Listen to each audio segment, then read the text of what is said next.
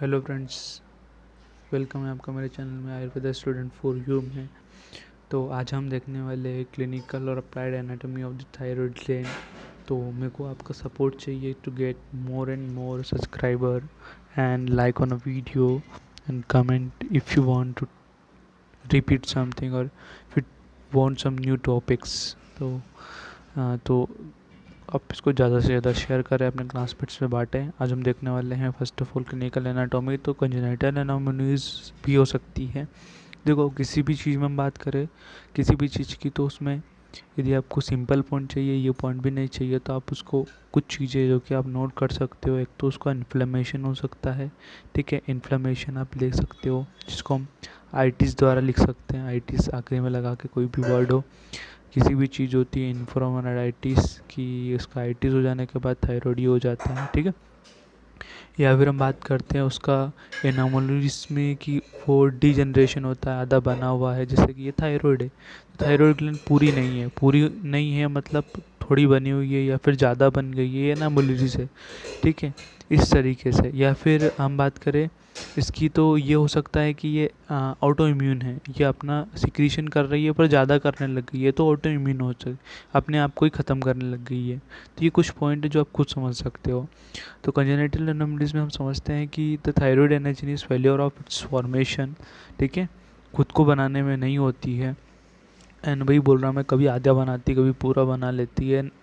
एक ectopic location due to the rests of design thyroglossal duct. ये क्या होता है कि अपने प्लेस पे नहीं होती, थोड़ा सा डिस्टेंटर होती है। It may be lingual, supra, infra of mediastinal lingual thyroid and the thyroid tissues arrest at the prostate medial to the tongue, ठीक है। ये क्या हो सकता है कि टिश्यूज जो होते हैं वो थोड़ा सा ऊपर हो जाते हैं, लिंगुअल में हो सकते हैं, सुपरा, इन्फरर या थायराइड या मिडिस्टल लिंगुअल थायराइड। इसकी जो प्रॉपर पोजीशन है वो वहाँ पर नहीं रह पाते हैं। ये एक एक्टोपिक लोकेशन जो है वो यहीं होती है, ठीक है। जैसे कि आप इसको डायग्राम में भी देख सकते हैं, लिंगुअल वाले पोजीशन पे, सुप्राग्लैंडुलर पोजीशन पे, इंफ्राग्लैंडोइड पे, पैराथायरॉइड जिस्टमस में, मीडियस्टिनल ये मीडियस्टाइनल मतलब जहाँ की जब स्टर्नम वाला पार्ट जो आ जाता है वहाँ पर। अब हम बात करते हैं सेकेंड का कि लिंगुअल थायराइड जो होता है, the failure of the gland descended, कि मतलब जो ग्लैंड है वो वहाँ पर ना होते हुए हमारे इस पार्ट पर हो जाती है, पूरी क्लियर दिख जाती है। आप जब माउथ ओपन करते हो तो ये लिंगुअल पार्ट में, मैं आपको थोड़ा सा डिटेल में बताता हूँ इसको, कि जब ये लिंगुअल पार्ट में मतलब ये यहाँ वाले पार्ट में होती है तो लिंगुअल फेल्यूर में आ जाता है, ठीक है। एंड देन हम बात करते हैं इसके रिट्रो एक्सटर्नल थायराइड की बात करते हैं। तो distended, our distended to the थायरोक इन थोरिक, मतलब क्या होता है कि ये इस तरीके से हमने पढ़ा था कि ये इसके नेक इसोफेगस के आगे होती है। यदि अपने आगे वाले वीडियो नहीं देखे तो पहले देख ले कि उसकी मेन पोजीशन कहाँ है। जस्ट हमारी नेक में होती है, पर नेक में होने के पहले वो कहाँ आ जाती है, स्टर्नम में, इसलिए इसको स्टर्नल बोला, रेट्रो स्टर्नल, ठीक है, स्टर्नल में आ जाता है। जैसे कि ये वाला एनामोनीज में हमने पढ़ा है कि ये देखो, ये यहाँ पर एक एक्सटर्नल वाले स्ट्रक्चर में आ चुका है, ठीक है। एक लिंगुअल वाले में स्ट्रक्चर में जिसके एनामोनीज हमने पढ़ चुके हैं, और यहाँ पर एक्सटर्नल वाले में, ठीक है। देन हम बात करते हैं जो है कि एसेसरी थायराइड में, कि क्या होता है एसेसरी थायराइड में appear between the foramen of caecum about the stems, की क्या होता है कि एक एसेसरी यहाँ पर जो है कि प्रेजेंट हो जाती है ग्लैंड। ये ग्लैंड है ही सही, पर एक एसेसरी ग्लैंड भी प्रोड्यूस हो जाती है जिसको हम सर्जरी के थ्रू निकालते हैं फिर बाद में, ठीक है। एक होता है थोरिक थोरोग्लोसल सिस्टर। ये क्या होता है, एक सिस्टर होता है जब आप चाइल्डहुड में रहते हो या फिर चाइल्डहुड में ही ये एक हमको दिख जाता है। It precedes of the part of the thyroglossal tract extended from the foramen cecum at the base of the tongue to the stemmas of the thyroid। क्या होता है कि ये एक सिस्ट लाइक स्ट्रक्चर हमें आपको दिख जाता है, ठीक है।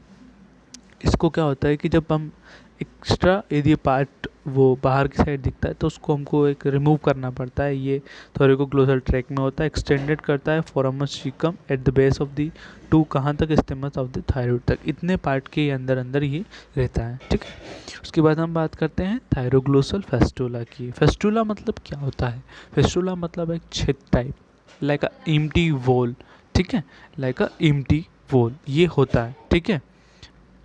तो हम बात कर रहे थे फिस्टुला की, जो कि एक एम्प्टी होल जैसा होता है, जस्ट लाइक एम्प्टी होल। यहाँ पर अब मैं आपको बता सकता हूँ कि फिस्टुला जरा सा छेद टाइप, ठीक है, थोड़ा सा एम्प्टी होल, जहाँ पर क्या होगा कि कुछ भी चीज़ें जा सकती है, ठीक है। Normally thyroglossal cyst disappear but may be persist in the part of the give rise to the thyroglossal fistula. ये जल्दी से जल्दी डिसिस्ट होता है, जो कि मतलब बहुत जल्दी डिसअपेयर हो जाता है, बाकी वो एक छेद, एक साइड छोड़ कर जा सकता है, जिसके थ्रू इन्फेक्शन हो सकता है, कोई भी इंसेक्ट जा सकता है, या फिर किसी प्रकार का इन्फेक्शन हो सकता है जो कि पूरे में फैल सकता है।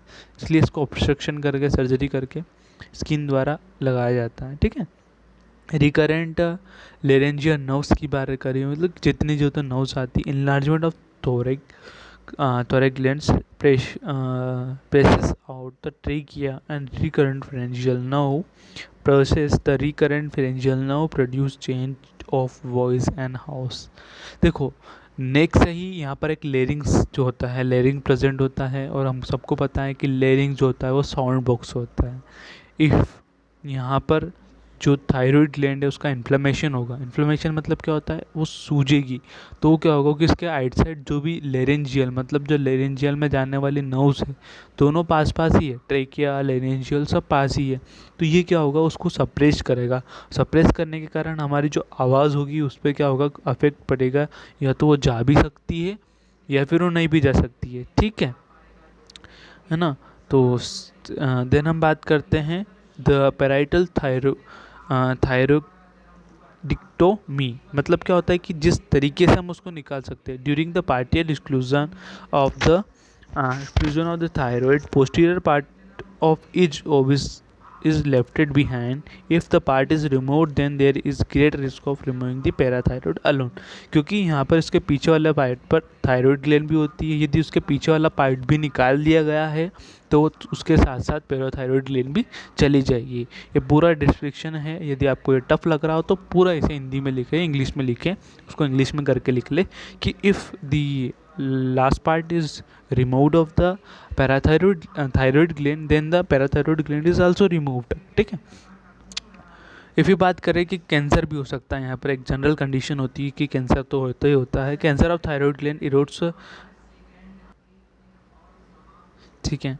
The cancer of thyroid gland erodes the trachea, esophagus, gastric erosion of the carotid vessels dangerous, it can causes the severe hemorrhage। ये क्या होता है कि धीरे धीरे फैलता रहता है। इस तरीके से आप इमेज में देख सकते हो कि किस तरीके से ये थोड़ा सा इन्फेक्शन जो होता है, कैंसर जो होता है, वो पूरे कोमन में या फिर पूरी जो है कि पार्ट्स में फैल चुका है, ठीक है।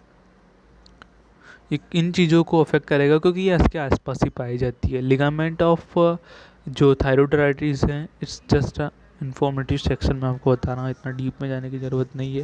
During the ligation of inferior thyroid of all possible precautions should be taken to avoid the ligation to recurrent laryngeal, ठीक है। If you talk about which has close approximately at the arteries and glands, be away from the gland while ligating the inferior glands। ये ऐसा बताया गया है कि यदि हम लिगामेंट्स की बात करें तो थोड़ा सा दूर होता है, बाकी जब हम इन चीज़ों को, यदि हम इसकी सर्जरी कर रहे हैं या फिर हम इनका परकशन कर रहे हैं, इसको जांच कर रहे हैं, तो इसको लिगामेंट्स को थोड़ा सा दूर रखें, ठीक है। इनकी जांच करने से पहले थोड़ा सा सतर्क रहें क्योंकि इनसे दूसरी चीज़ें भी कनेक्टेड रहती है। During ligation of the superior thyroid, all possible precautions should be taken to avoid the ligation of external laryngeal nerve। सारी चीज़ें ले सकते हैं, बाकी एक्सटर्नल प्यूडेंटल, एक्सटर्नल laryngeal जो नर्व होती है उसको नहीं करना है। Closely approximate the artery so the be near to the gland while ligating the superior thyroid artery.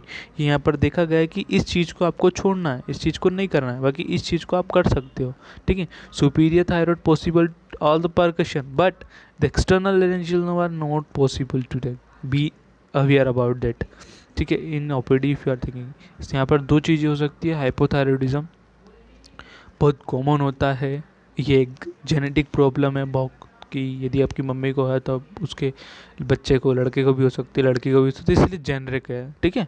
अब इसमें हम बात करते हैं, इसमें डिपेंडिंग करती है ऑनसेट, या तो आपको एक क्रिटिसिज्म जो कि कंजेनाइटल भी हो सकती है और एक एडल्टहुड, यदि आप एक एज के बाहर पहुंच चुके हो, आपके जीन में है, तो ये हाइपोथायरॉयडिज्म आ जाएगा।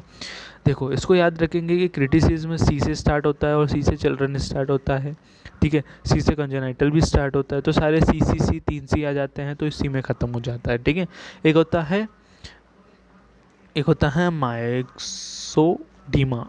माइक्सोडीमा, यदि हम मेल में बात करें तो मर्द से याद रख लो म, जो कि एक टाइम आने के बाद ही मर्द बनता है, उसके पहले वो बच्चा रहता है, ठीक है। एक म से याद रख लो महिला। महिला में भी कब बनती है महिला? आफ्टर 18। तो ये याद हो जाएगा कि एडल्ट होने के बाद, ठीक है। इतने याद रखें हाइपोथायरॉयडिज्म। अब हम बात करते हैं कि बच्चों में क्या साइन होगा। देखिए, इस तरीके से आपको एक पिक दिख रही होगी, उसमें आप देख सकते हैं इजीली कि चाइल्डहुड में आपको किस तरीके से सिम्टम्स दिख जाएंगे कि ये बच्चे को कि हाइपोथायरॉयडिज्म हो सकता है। यदि हम बात करें तो उसमें severe hypothyroidism present developing with in the first 2 years, fetal में become evident in the few weeks, बहुत ज़्यादा हो सकता है बर्थ के बाद ही। Periods when bone development taking place, जैसे जैसे बोन डेवलप हो जाता है तो वो दिख जाता है कि किस तरीके से है, ठीक है। क्लिनिकल एक्सेप्ट देखें, मैनिफिकेशन देखें तो राउंड फेस हो सकता है, नैरो हेड हो सकता है, वाइल सेट आइज हो सकती है, flattened broad nose, big troubles as you see and that picture, ठीक है। इस तरीके से आप पिक्चर में देख सकते हो इसको। देन हम सेकंड बात करते हैं myxoedema. Myxoedema adult onset severe hypothyroidism on pitting the oedema. इस तरीके से स्ट्रक्चर है, इसके नेक भी थोड़ा सा इन्फ्लेमेशन हो सकता है। देखो, नेल जो कि पफिंग फेस है ना। एंड देन हम बात करते हैं nail growth retard, hair become dry, difficult to manage the fall out easily, बहुत जल्दी गिर जाते हैं।